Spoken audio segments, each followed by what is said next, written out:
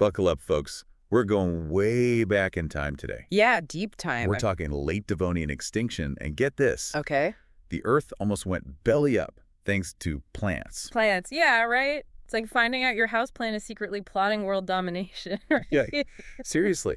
So, paint us a picture. What was the Devonian period all about? Well, picture this. It's the age of fishes. The oceans are just teeming with life. Oh, wow. And fish, their top dog, ruling the underwater world. No kidding. And we're talking some serious heavy hitters here, like Dunkleosteus. Dunkleosteus, that rings a bell. A massive, armored fish with a bite force that could crush, well, pretty much anything. Oh, yikes.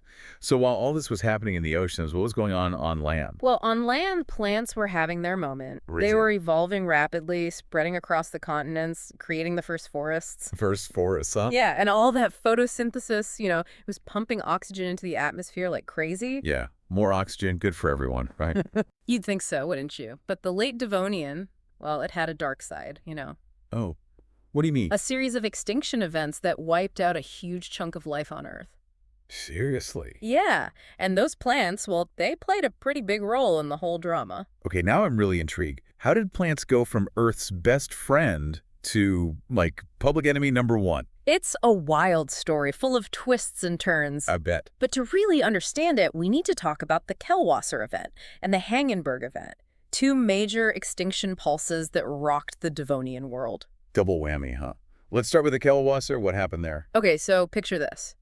Count them, two massive asteroid impacts. Asteroids, yikes. We're talking giant fireballs, shockwaves, the whole shebang. Okay, that sounds catastrophic. And the aftermath? Well, it was a cascade of disasters. Volcanic eruptions, dust clouds blocking out the sun, temperatures plummeting, sea levels dropping, just chaos everywhere you look. Wow, what a day to be alive.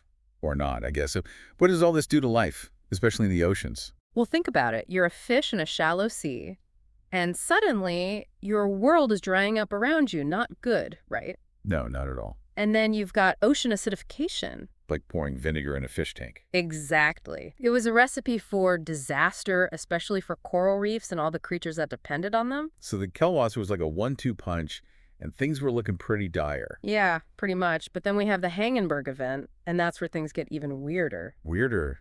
How so? So after the asteroid impacts, things seem to be getting better, right? Sunlight's back, the plants, they're thriving. But here's the kicker. The environment keeps getting worse. Seriously? Yep. Temperatures stay low, extinctions keep happening. It just doesn't add up at first. So if things were supposedly on the mend, what caused this second wave of extinctions? The prime suspect, those thriving plants. Plants. But I thought they were the good guys, producing oxygen, making forests. What gives? It all boils down to balance. Sometimes too much of a good thing can backfire big time. Yeah, okay.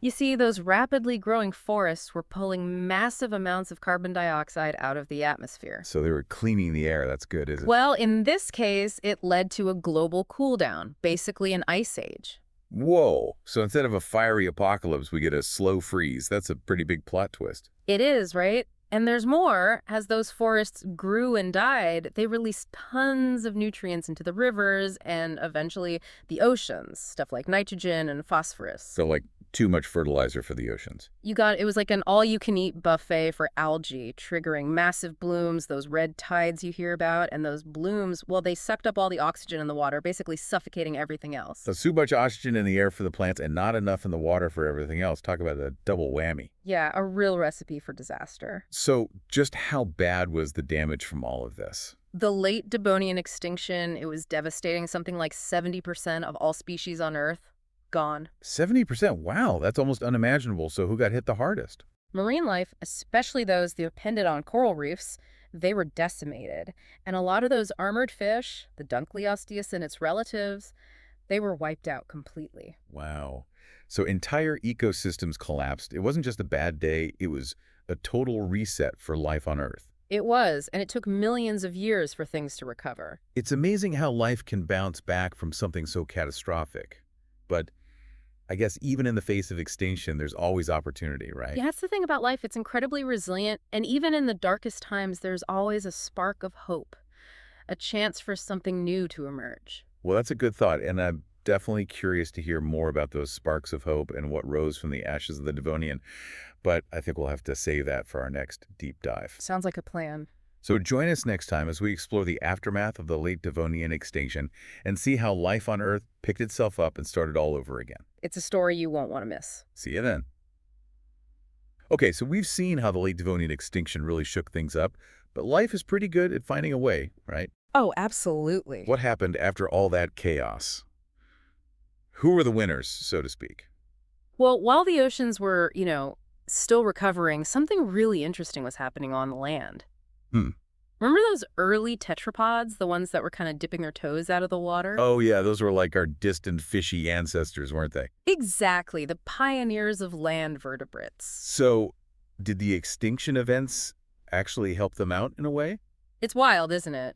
While it was a terrible time for so many creatures, it might have actually given those early tetrapods a chance to really take off. Wait, so those plants wiping out those ocean giants somehow helped our ancestors? You see, before the extinctions, the oceans were a tough place to be. Yeah, with all those predators. Like Dunkleosteus, for those early tetrapods, getting out of the water wasn't just an option, it was a survival strategy. So it was basically get out of the water or become Dunkleosteus lunch. Pretty much. And with the competition cleared out, those brave little explorers had a chance to make land their own. Makes sense. And all that oxygen those plants were pumping out probably didn't hurt either, right? Oh, definitely. Early lungs needed all the help they could get, and a higher oxygen level made them way more efficient.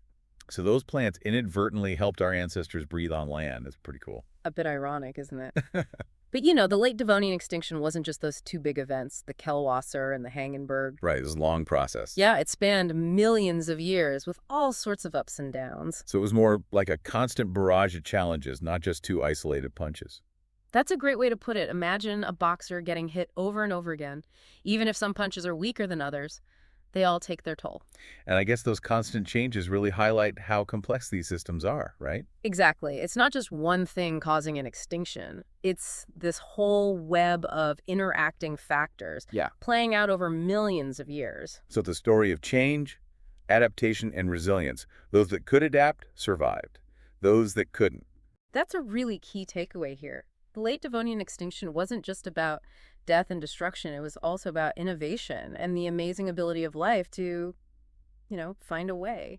Speaking of finding a way, what about the survivors in those hard-hit marine environments? How'd they make it through?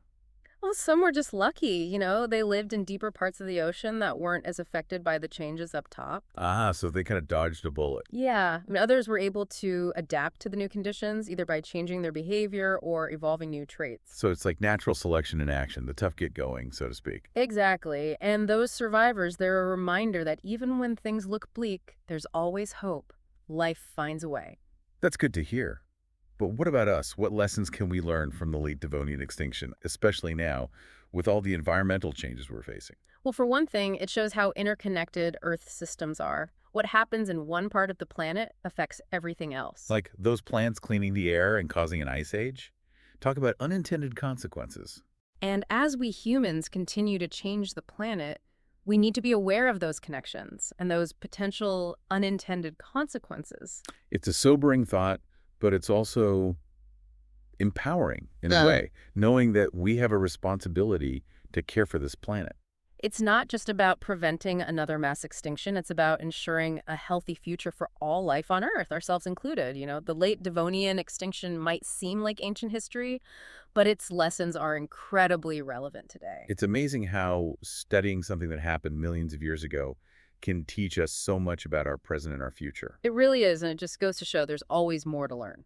Well, on that note, I think it's time to wrap up this episode of The Deep Dive. But before we go, I want to leave our listeners with a thought.